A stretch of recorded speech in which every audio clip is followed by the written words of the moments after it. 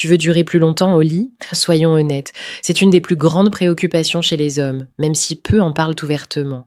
Beaucoup vivent ça en silence, avec de la pression, de la frustration et parfois même une perte de confiance.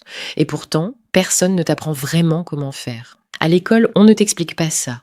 Entre amis, c'est souvent des blagues ou des exagérations.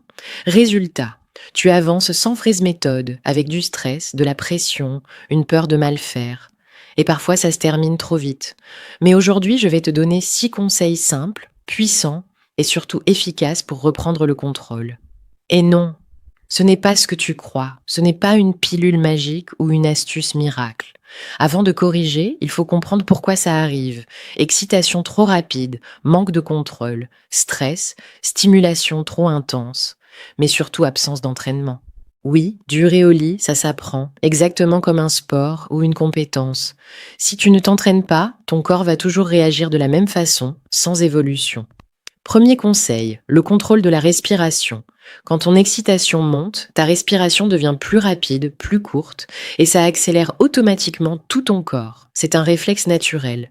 Mais justement, c'est là que tu dois intervenir. Solution. Ralentis volontairement ta respiration, inspire profondément, expire lentement, prends le contrôle de ton rythme. Plus tu respires calmement, plus tu envoies un signal de contrôle à ton cerveau. Ça peut paraître simple, presque basique, mais c'est extrêmement puissant. Les personnes qui maîtrisent leur respiration maîtrisent mieux leur corps. Résultat, moins de pression, plus de maîtrise, plus de durée. Tu passes d'un mode subir à un mode contrôler. Deuxième conseil, arrêtez le mode rapide. Aujourd'hui, tout va vite, et beaucoup d'hommes ont pris l'habitude de faire tout rapidement sans s'en rendre compte.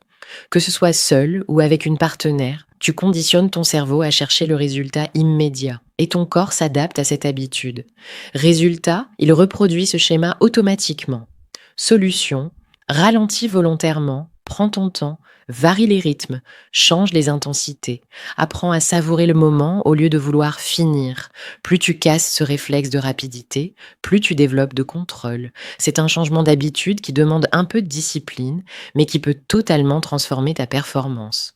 Troisième conseil, maîtriser ton excitation. Le problème n'est pas d'être excité, au contraire, c'est normal. Le vrai problème, c'est de ne pas savoir gérer cette montée. Tu dois apprendre à reconnaître les signaux de ton corps. Quand ça monte trop vite, quand tu perds le contrôle, quand tu approches du point de non-retour. Une technique simple et efficace. Quand tu sens que ça monte trop, tu fais une pause. Tu respires, tu laisses redescendre légèrement, puis tu reprends.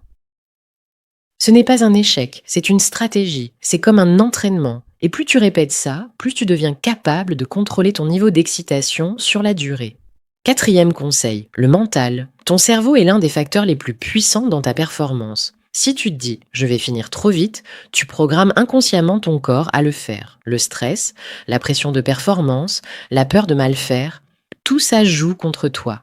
Solution, reste présent, concentre-toi sur le moment, sur les sensations, pas sur le résultat. Apprends à te détendre mentalement. Plus ton esprit est calme, plus ton corps t'en suit. Cinquième conseil, renforcer ton corps.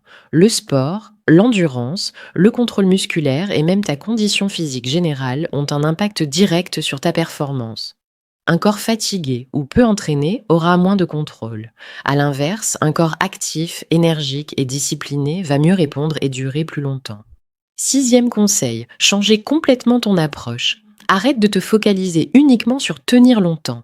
C'est justement cette pression qui te bloque. Concentre-toi plutôt sur le moment, la connexion, le rythme, l'expérience globale. Quand tu changes ton focus, tout change. Ton stress diminue, ton contrôle augmente et ta performance s'améliore naturellement. La vérité que personne ne te dit, c'est que durer longtemps n'est pas un don ou un talent réservé à certains. C'est une compétence. Et comme toute compétence, ça se développe avec du temps, de la pratique, de la répétition et de la discipline. Si tu veux vraiment progresser, tu dois t'entraîner, observer ton corps, comprendre tes réactions et ajuster. Et avec le temps, tu verras une vraie différence, pas seulement dans ta performance, mais aussi dans ta confiance.